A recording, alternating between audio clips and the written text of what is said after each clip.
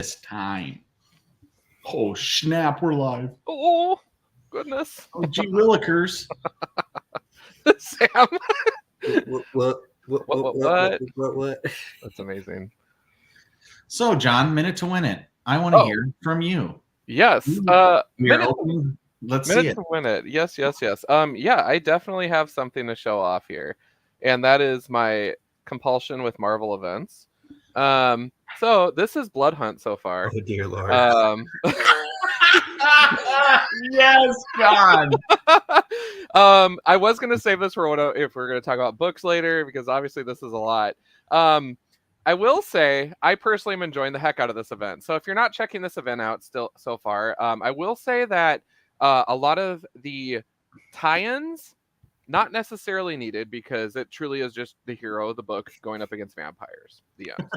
But I will say that the limited series, so they're typically issued, 1 of 3, 2 of 3, whatever, that were curated specifically for this event, have actually been a lot of fun, including the Spider-Man one, and the Dracula one has been a lot of fun. So definitely check that out. Strange Academy was cool. I'm just flipping through them. There's so many. Blood Hunters, is pretty gnarly. It's a series of, it's like a anthology kind of.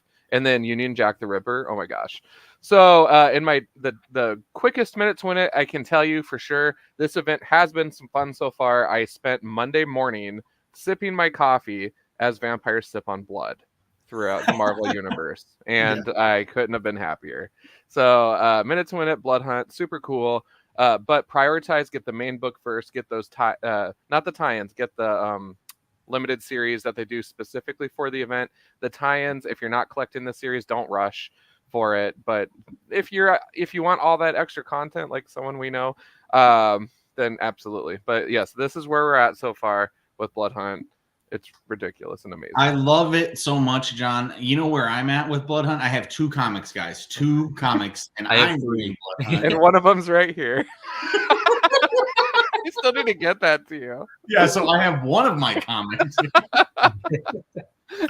I love it, John. I'm so glad you went and bought every single one of those. It's so funny. That is Sometimes so you got to go ham. Sometimes just one event just really gets you. You just got to go ham on it. Yep. Exactly. You have to. All right. Well, that's a minute to win it, folks. Let's get right into it. This is a comic book look. We're going to start it off with this intro. Let's kick it off, yo. A Comic Book Look, your weekly TV show on comic book culture.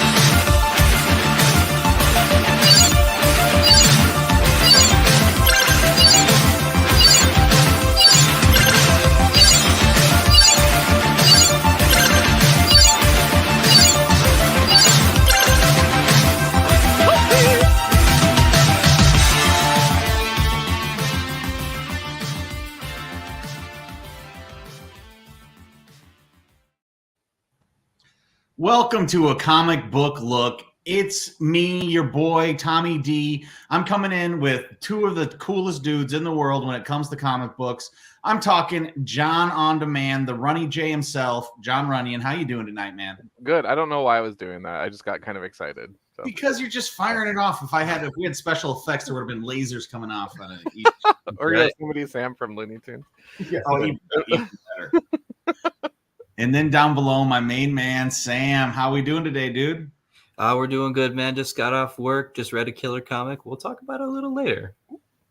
That's what I like to hear. We're talking comics. It's a comic book look, your weekly TV show on comics. I'm hosting tonight. I'm on these duties because we didn't want John to host tonight, even though he is the host with the most, the extraordinaire, Sioux Falls, April O'Neil, all sorts of great, AKAs that I can't get right. So I'll let him do that the next time he hosts.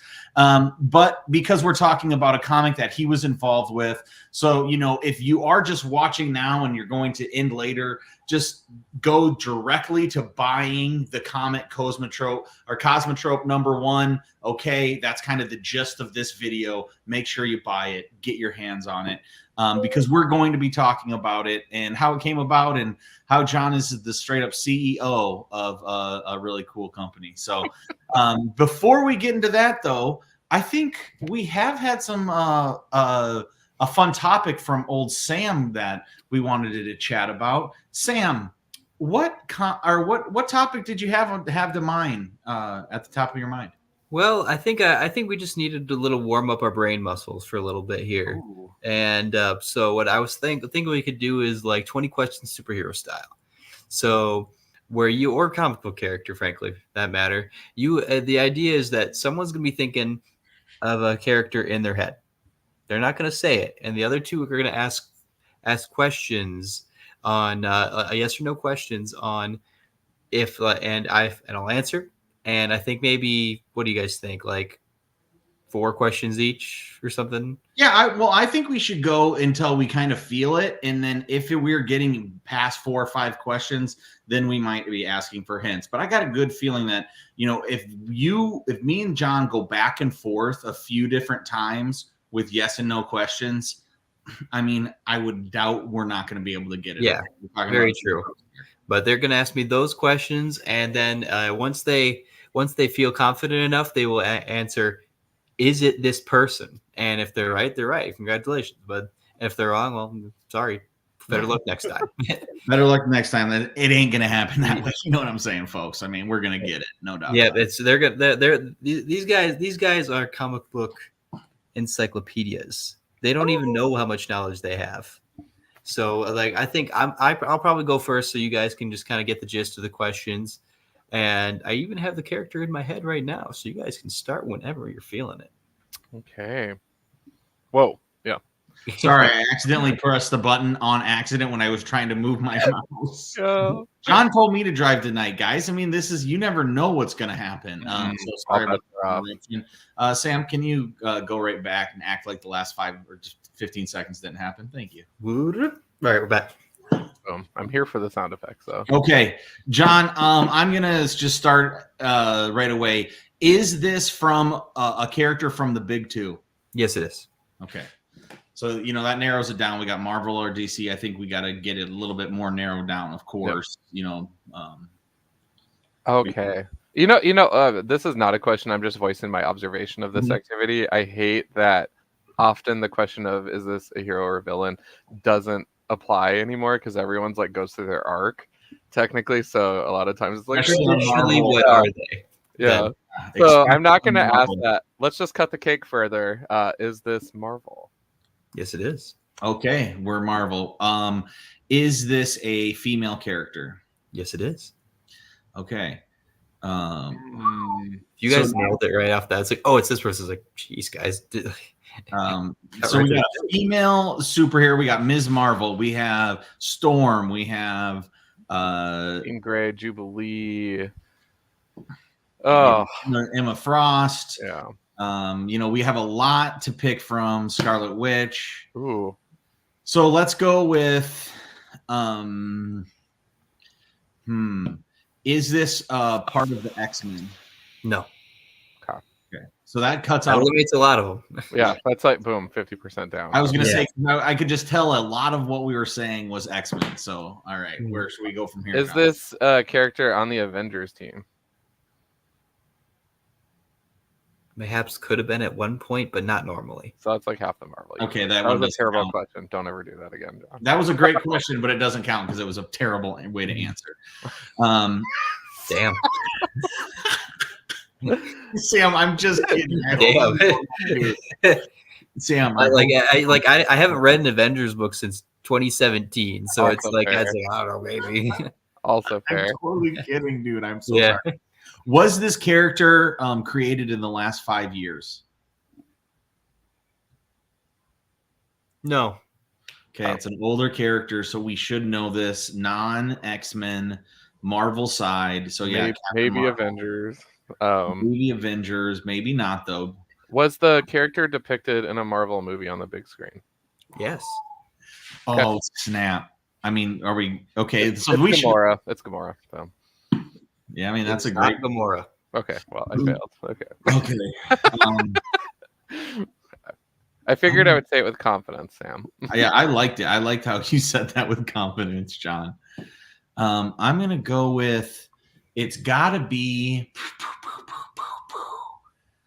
Oh, I have one.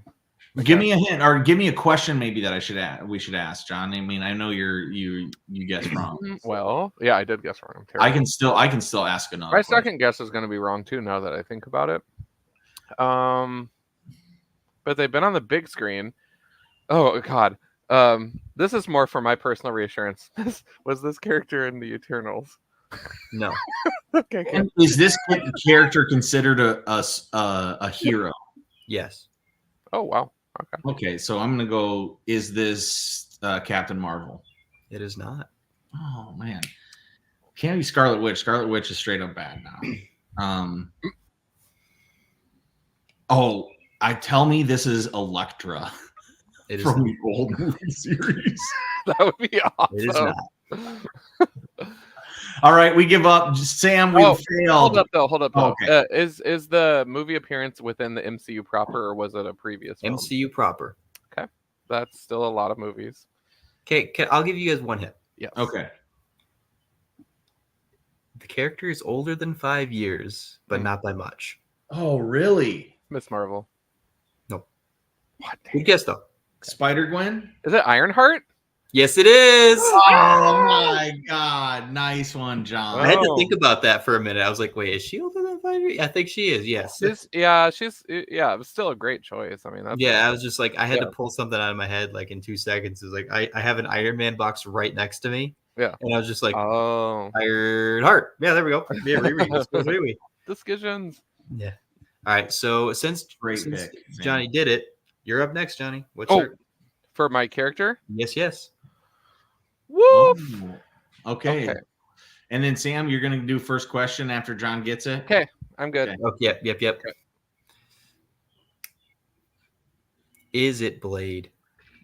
You're gonna jump to no questions. How did you and know, just Sam? guess. No, it's What if I was right though? no. Yeah, I mean, you did that once. Someone who TKO'd me with Jubilee. I Remember can't that? remember that. I do remember that. It's a Jubilee. I'm like, what? Yeah. Like, that's not even. Dang it! I just had to. I had to take my shot. I'm sorry. Yeah, you're good. Oh my God! It is not played. Okay, is this a Marvel character? I mean, yeah. I don't know any DC characters. Shout out to Nightwing, Poison Ivy.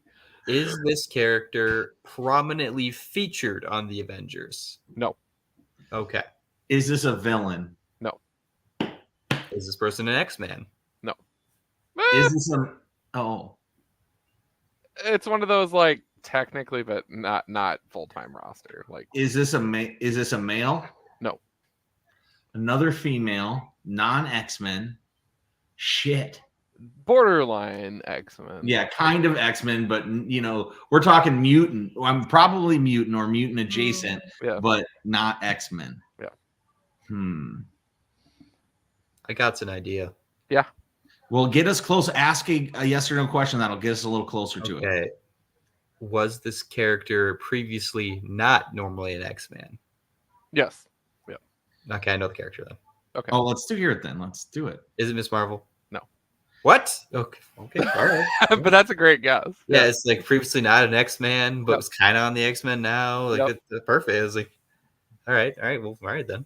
Okay. Yeah. Is this person portrayed in the Marvel Cinematic Universe? In the MCU proper, no. But is this on follow-up question? Has this person ever been on the big screen, or this character been on the big screen? Is big screen including television? Nope, just movies. Nope. Okay. Well, then we now know it's in television. Yeah, ask it, Sam, just to make sure. Does this character appear on television? Yes. Understood. So it's got to be She-Hulk. No. Oh, Is it Photon? No. Okay. I was all like, right. yeah, I don't know. I'm throwing the flag on this. I give up. What? John, I guessed wrong. Oh, okay. Okay. I'm trying to figure out how to Google Chrome really quick to zoom in on this so I can show you guys. Yes. But I cannot internet very well. There we go. Now it's good.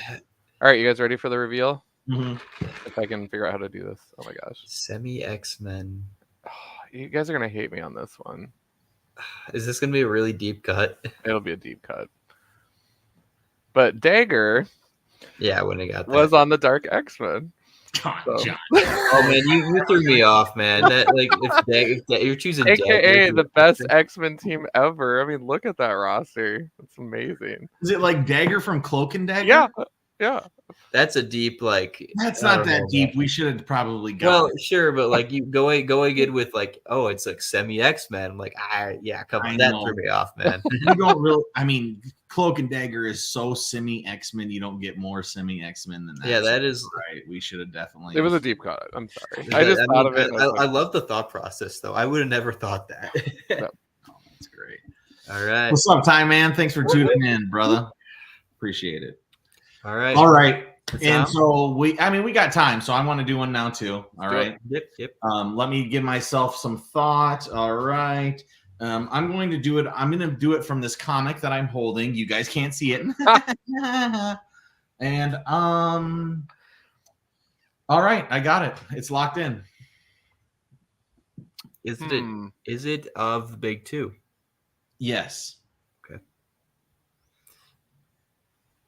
Is it Blade? No. I do love Blade, though. Shout out to Blade. Oh man, big two. So cut the cake in half. Is it DC? Yes. Okay. So what does Tom read that's DC? Not much. I know.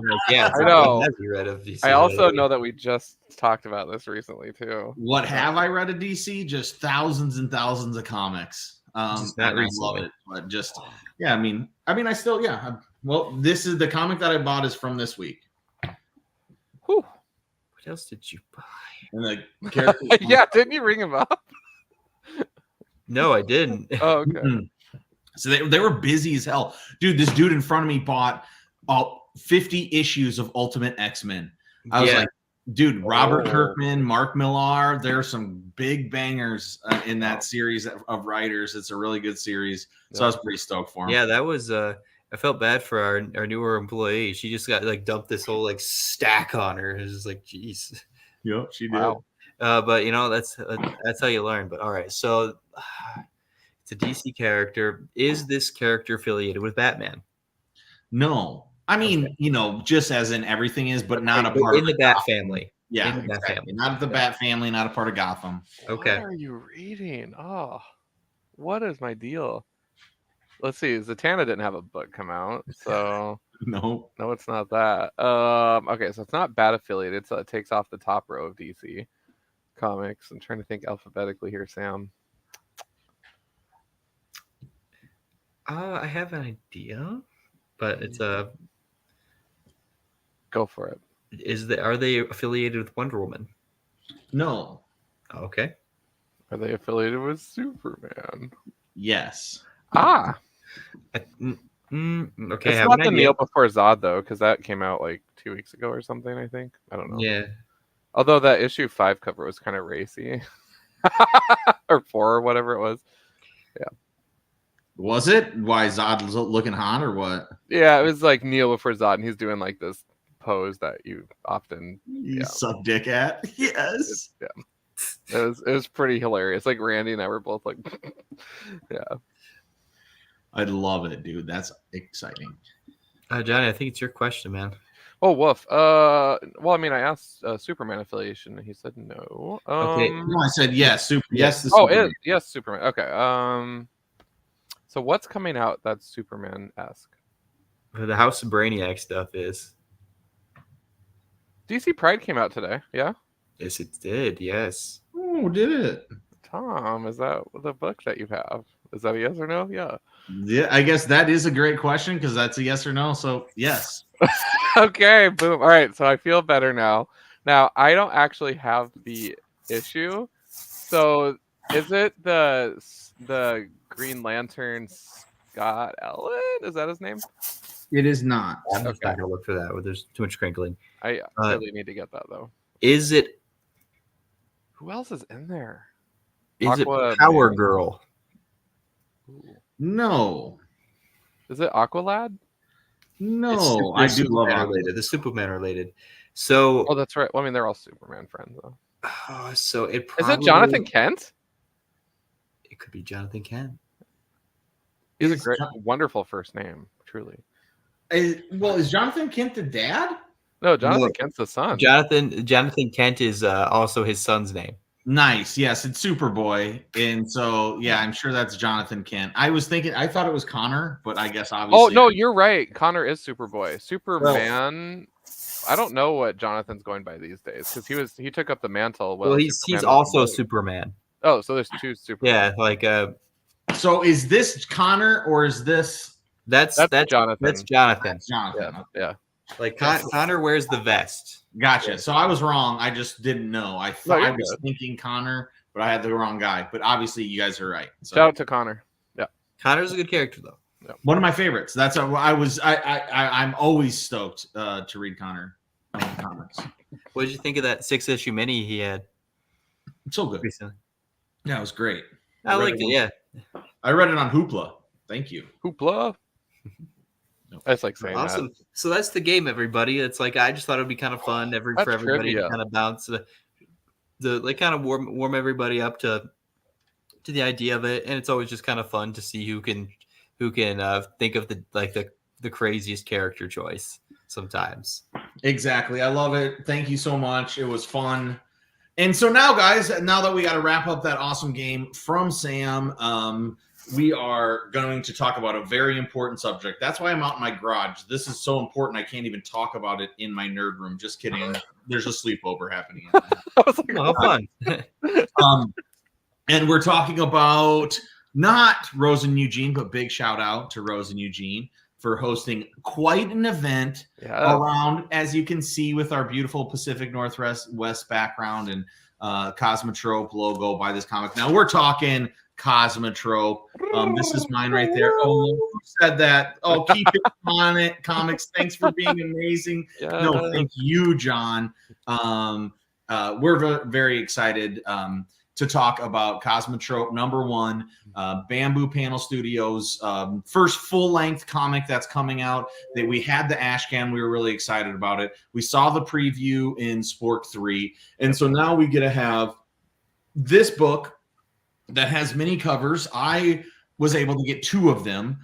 You guys know me. If there's multiple covers, I always get them all. So no matter what, I needed to try to get every single one. I tried to get the Mikey Martinez one. Sold out. So disappointing. But you guys can get this comic now because it is released.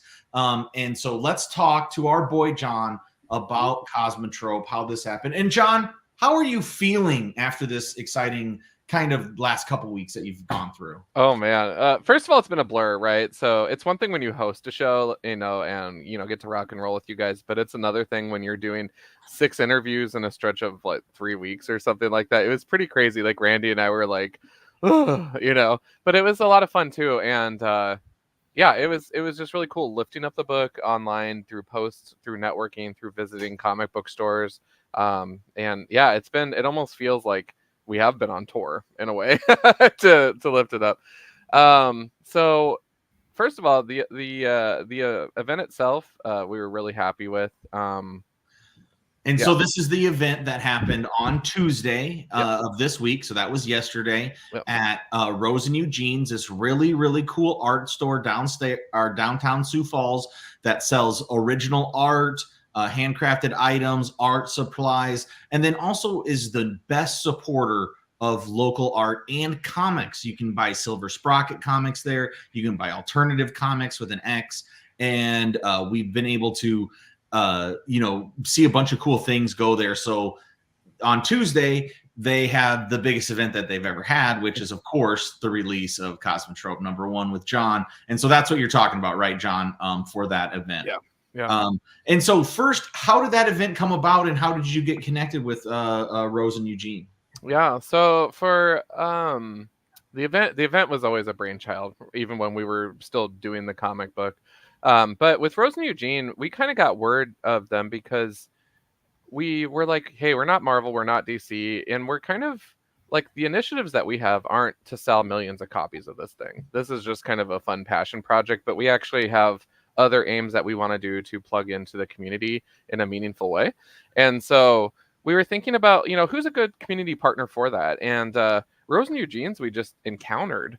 And we went in, introduced ourselves to the owner, Mel, who was incredibly kind and was just super excited from day one about the book. And that's the kind of energy, that we look for when we're selling to shops is, are you going to be like passionate about it when you're lifting up our book? And we've sold to a couple of like different comic shops in Iowa and then Nebraska as well. I'll get into those in a second. But with Mel, she really just lit up at the opportunity to help represent us. And she actually does a lot of work with Mark Wagner, a local comic book artist who's doing zines. Tom, honestly, you should get Spork in there. My 2 cents. But it really is a neat space. And it's kind of our way of supporting her too. And I think that that's really cool. The reason why I completely reaffirm that decision last night was Mel had just the strong attention to detail. She was like, I'm going to go ahead and print pricing labels for everything. We're going to have everything at the counter ready to go. What can I do to help you?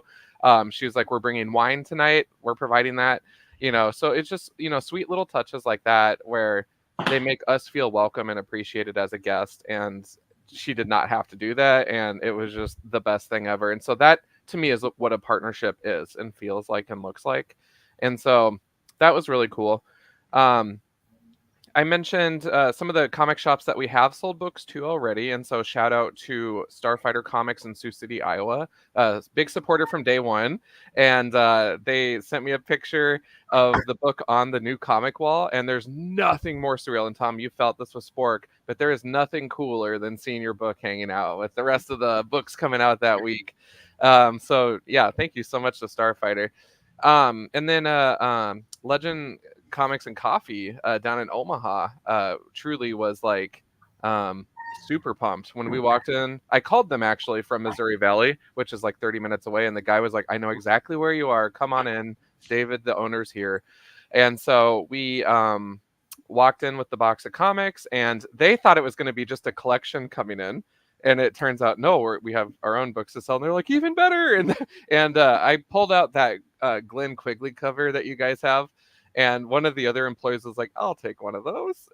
So that was really cool. And they bought David, the owner, had to run to the ATM really quick to get some cash and just bought a stack of books, all the different variant covers to sell at Legend Comics and Coffee. So if anyone's tuning in that's in the Omaha area, highly recommend checking the shop out. The coffee is amazing, the atmosphere is amazing, and they were so welcoming and friendly. And that's again the kind of energy that I look for, is like people that are just truly setting the tone for, comic shop culture and stuff. And I really adored that. So shout out to both of those comic shops for sure. That's so cool that you've gotten the support, and you do have a unique piece, right? This isn't some standard just superhero tale, right? We are talking about, it's very unique tale. This is so I'm going to try to talk a little bit about what the book is about, and then we can kind of talk about what makes this very unique when you think of the whole landscape of comics, and is perfect for a subset of audience that is looking for something different, right? Yeah. And so this feels like a familiar or a comic book. There's a bad guy.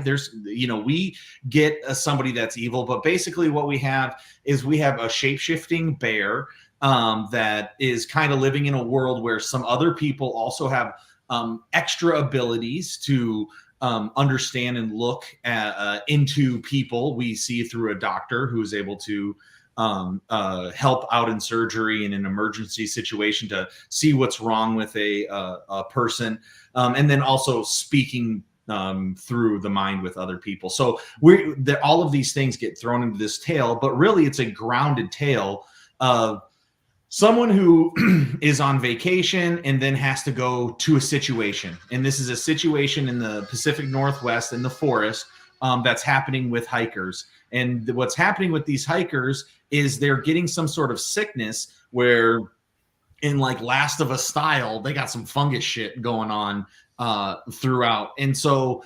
we have our shape-shifting bear on one side taking care of this forest, and then we have this doctor on the other side, and it's combining these two tales at the same time and weaving these two stories on this doctor trying to take care of this fungus, and what are they going to do with, this shape-shifting bear, and what is he going to do protecting the forest?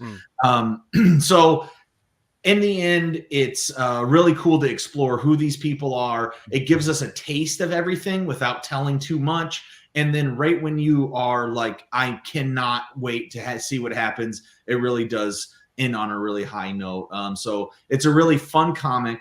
And one of the things that I think is cool is that, look, there is a bunch of hunky ass dudes. The main character right here is an absolute snack. I mean, there's obviously, we're not beating around the bush in any way. And I think that's really cool. Like, right, we're representing a different subset, a different audience, right? The comic book bears are buying every single fucking cover of this book. And then at the same time, we're looking at the rest of the characters, just the subset of around characters. This isn't just a bunch of just white people that are white males, and that's what we're going to find. No, we have a diverse set of actual characters with diverse backgrounds who are our main characters. And the best part is it's never saying, look, I'm a really diverse book.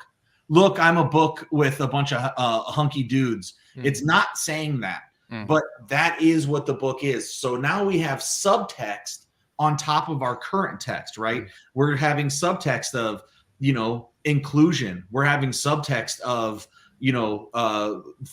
it's okay with who you are, and you can excel in all these very high, I would say high intellectual jobs and these hard jobs. Doesn't matter what you look like. It's how you act, how you perform.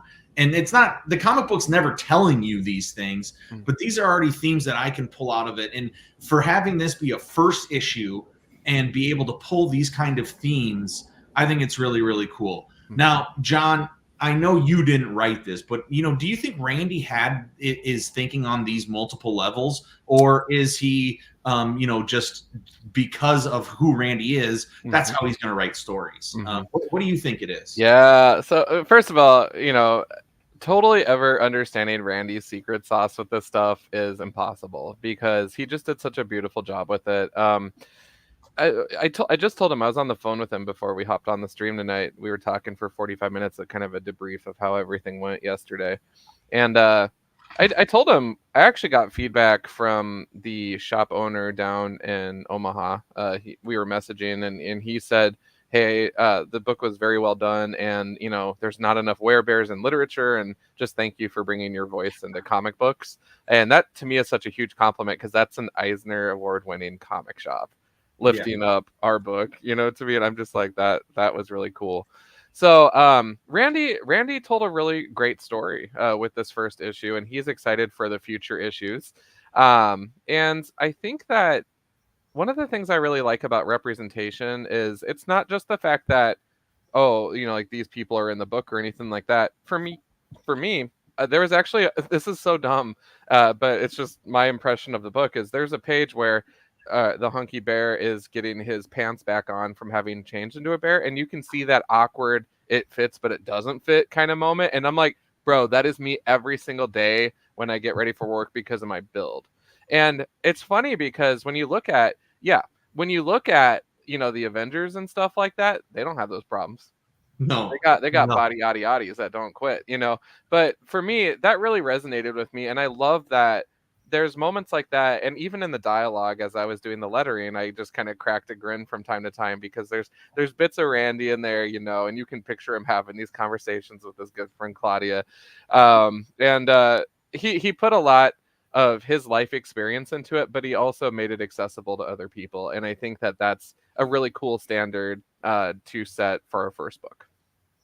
It's so cool. So, as Bamboo Panel Studios obviously continues to grow and show, obviously we have Dottie's Diner coming up next. Sam, down below, really exciting to see your debut work. Very, very excited to see what else is coming through. but at the same time, I am excited for more Kosmotrope. It left me exactly where I wanted to be for a first comic, and wanting more and wanting to go to the next one. So I am very excited to get more Kosmotrope, and everybody should buy this comic. Before we go into Dottie's Diners, because I do want to talk and pepper you with a little bit of questions around that as well. What is the best way for people to buy the comic? Is it to reach out to you and Randy, or is it to reach out one of those comic shops? Tell the people. Yeah, honestly, if you wanted to, I'm pretty sure any of the comic shops would be able to help out with shipping. So definitely feel free to reach out to, again, Legend Comics and Coffee in Omaha, Starfighter Comics in Sioux City. Or if you want to reach out to Randy or I, that's fine. Otherwise, I know that in Sioux Falls, Rose and Eugene's is going to be listing our books on their website. So they were telling us, Tom, they have Santos Sisters issues there, and they actually shipped one to Australia, which is awesome because they're so hard to find. Exactly. And so she was like, yeah, we're like not officially a comic shop, kind of, so people don't like come to us immediately, but then the people that do find us are super happy that we still have a copy. So that's really cool. And so definitely, again, we love partnering with Roja and Eugene, so definitely check out their site. And not just for our book either. There's going to be other books on there. I know Mark Wagner has some offerings. Tom's going to have some soon if I keep leaning on him. Get some Spork in there. But truly, it is a cool cornucopia of visual delight there. So. Amazing. All right, Sam, do you have any? What were your takes as reading Kosmotrope #1? You guys can kind of feel my feeling on it. I truly enjoyed it. I thought it was really good, and I thought the balancing of those two sub contexts were really, really good at the same time as telling these two stories. Sam, what did I miss? What was your takeaway? And what's your reaction after reading the first issue? Well, first, I'd like to shout out a common friend of ours, Casey, because he went out of his way to make sure I could read this book, because I was I was unable to attend the party. I hope everybody had a fantastic time, but he made sure I could read it so I could talk, a little bit more knowledgeably about it. And this is actually his copy here, which I will be returning to him soon enough. I read it right before we got on stream, and shout outs to Casey, man. You are a Banff. I much appreciate it, my man. What did I think about the book? It's very interesting because for months upon months, I heard so much about it, and I saw little tidbits, more little bits as it went, the page, the next page, and to finally see it in full vision, fantastic. It's a fantastic creation, I would have to say. I love what we're doing here because, frankly, I don't know what's happening yet, which a good comic, at least to me, is the first issue should do two things. It should give you kind of the vibe of what you're going to expect here, what the characters should be, what the things such as that, but also not give you everything to where you think, okay, that's done. Great, good job. You have to kind of hook me in to like, hey, do you want to read more? And this is exactly what this did. It goes, hey, there's a mystery afoot. Here are your two characters that might intertwine later down the line, but right now they're kind of doing their own things because we're laying down the framework of what we're doing. And I thought that was the main point of it. I mean, I don't want to speak for the creators of the book, but I felt like that's the kind of the vibe they were going for. They wanted us to be introduced to these characters before the actual plot starts popping off. And I thought that was very cool. I think that's how you do a proper story, I think, at least in comic form. Like people will gravitate towards character before the story, because the story, we've had 100 years of comics, everybody. There's there's going to be a lot of similar beats in a lot of stories, but the characters where it's different. And kind of to what Tom was saying, the diversity is quietly beautiful in this. It's like you wouldn't pick up on it immediately if you're just reading a book, but like after maybe paging through it a second time, you go like, oh yeah, that's actually pretty cool that these things are happening. And Randy did a fantastic job writing it. It's well done, and there's a person who lettered it, who touched it, I don't know if you've ever heard of him. His name's Runny, and yeah, he's kind of a cool guy. Did a fantastic job with it. He did Johnny won't let you know this, but he didn't really have a whole lot of experience lettering before this position, Nope. and he came out and he crushed it. He went to. This is one thing about him that's always really great is that he's just really well, I guess I'm doing this now, and he takes it on and finds a way to make it work. And he is now, I think he just is a letterer now. It's there's no more playing dress up for it. He's just a letterer now. Let's go. And you know what? I loved this story, and it's cool because werebears are really cool, and I love that. No duh, that guy would turn into a bear, and there's I'm very curious to see what goes on with this doctor. It's kind of plays into more of what would these people, if you had these powers, actually be in the real world, where there's not actual mustache twirling villains out, and you have to constantly be reactive to crises happening in New York. Well, a person who is can see medical stuff and what's going on with people probably would be a doctor. A person who is can kind of turn into a bear probably would be a forest ranger, because these are still normal people. They just have extraordinary things going on about them. It's very very Stan Lee of you, actually, you guys. And so I give this book really kind of rocked my socks off, man. It did. You guys did a fantastic job with this, and this variant, beautiful. Chef's kiss. Yes, beautiful. Oh well, thank you. Hello. But I guess let me ask you a question then, Johnny. Yep. What do you think, by doing the first one, is the best thing you've learned to making the second one easier? Yes. First of all, we learned a lot from this. For anyone that's looking into, getting into this, it's okay to have pie in the sky dreams. The problem is that when you order every single pie in the sky, it can be a lot all at once. And what I mean by that is we had a release party with 4 covers, so the A cover in 3 variants. Randy and I were on the phone what about the EJ variant cover? I'm totally, because I was so focused on what was coming in the mail. We still have covers that aren't used yet, and we have 4 of them, and that's just what we're selling.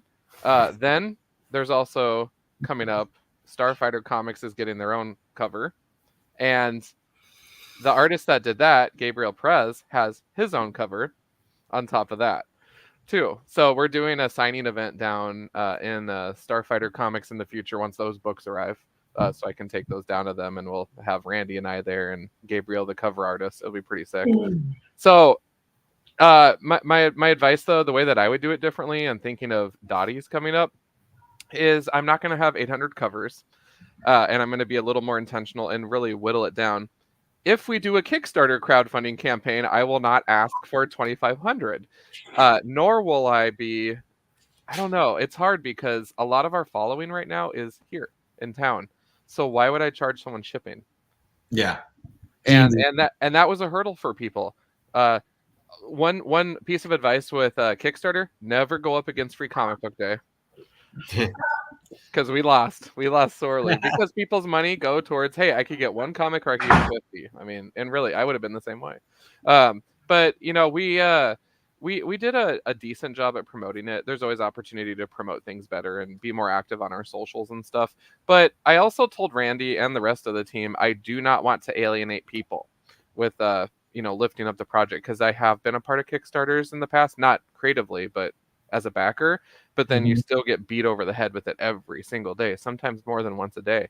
And I just don't want to do that to people. It's not our style. So I asked the team, please don't alienate your family and friends over this one. Let it be what it's going to be.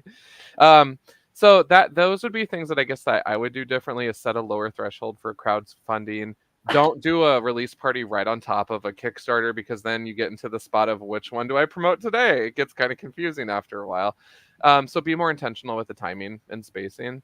But ultimately, I would say that we would keep to a lot of our principles, such as don't stress out the creative. So Randy and I definitely had some late nights getting some stuff worked out on the book, and we kept the artist and the colorist out of those conversations and just got it done. And so those are, yeah. So maybe that answers your question. I don't know. I mean, it was fun though. The things you've learned and what you will do better with next time. Yeah.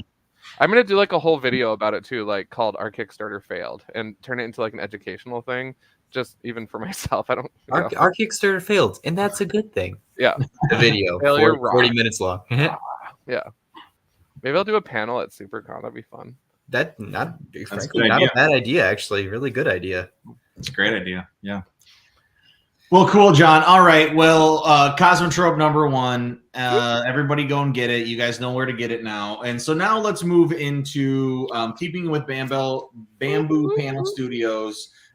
We're talking Dottie's Diner. And so, as you heard, John has already learned a lot from his next one, and he is going to keep this tight, like as he said. But this is really cool because the other book is Randy's book. Randy's idea, coming together, having that writing, and of course you have amazing work by Ashley Mortensen and Shamsuddin Idris, and then of course Johnny Runyon for work putting the whole package together. But it's really cool for Dottie's Diner is because this is John's book now. And so, hi, honey. Hi. And so with this, John, you have learned a lot, but this isn't going to be just a series like Cosmotrope. This is going to be a little bit different. So tell us the idea behind Dottie's Diner and how this is coming together. Yeah. So first of all, it does link up to Kosmotrope. So if you caught the details in Kosmotrope, that's where it is. And it will link up. And so my idea with Dottie's is I wanted a 50s style diner where the deities of gods hang out and look at people's life stories through the jukeboxes that project like R2D2 style holograms onto the tables. And so like the deity of beauty could be watching a story about, a model or something like that. So the fun thing about that project is Dottie's was my idea, and I'm writing the intro and the outro, but I got to give credit where it's due. And there's an amazing team of writers and artists, all different styles. So we have, of course, Doug White. We have Mr. Randy's bringing in a tale. We have Aaron Mayer, who is an archaeologist. And so I'm really looking forward to his tale. And then, of course, we have someone else on the show. But no, I'm just kidding. Sam crushed it with his story. Sam's story actually is fully inked and colored already, and he has chosen his fonts that he wants me to use for lettering. And so we'll probably get together, do that, and have some beers, and I can kind of give you a crash course on the process because Sam's eager to learn a little bit more, and I don't know if I'm much of a teacher. I just watch a lot of YouTube videos and make it up as I go, and I've had fun in Photoshop forever, so I just make it work. Yeah, but it's going to be a cool project. And so each story is, I told the writers, go crazy, have fun with it, tie it back to Dottie somehow. Cool. So some of the stories literally feature the diner, and like Mabel, our robot hostess, appear, and so it's really fun to see those iterations. In the ad there, that's actually a page from Doug's story. And the end with the checkerboard floor in the booths, that's actually the diner. And they're like Doctor Strange portaling out of it.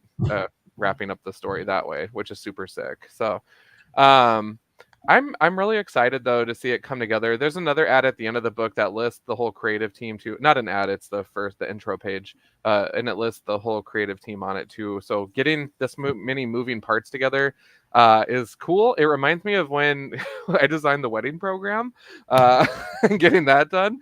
So, but it's going actually really smoothly. So. Yeah, that was probably a really good practice as getting all those artists together for your wedding to get doing all those different covers. So that's great, John. Yeah. Well, very cool. I'm really looking forward to that.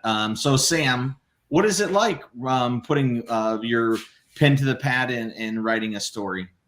You know, I've been doing it. Like I've been writing stories since I was very young. I even remember when I was when it was a very hyperactive like imagination as a kid. I used to make comics of my own where it was about these like imaginary basketball players and they would and their shenanigans on and off the court because I played a lot of basketball as well.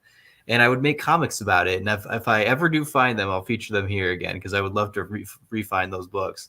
But I've been writing stories for long periods of time on the page or in my head.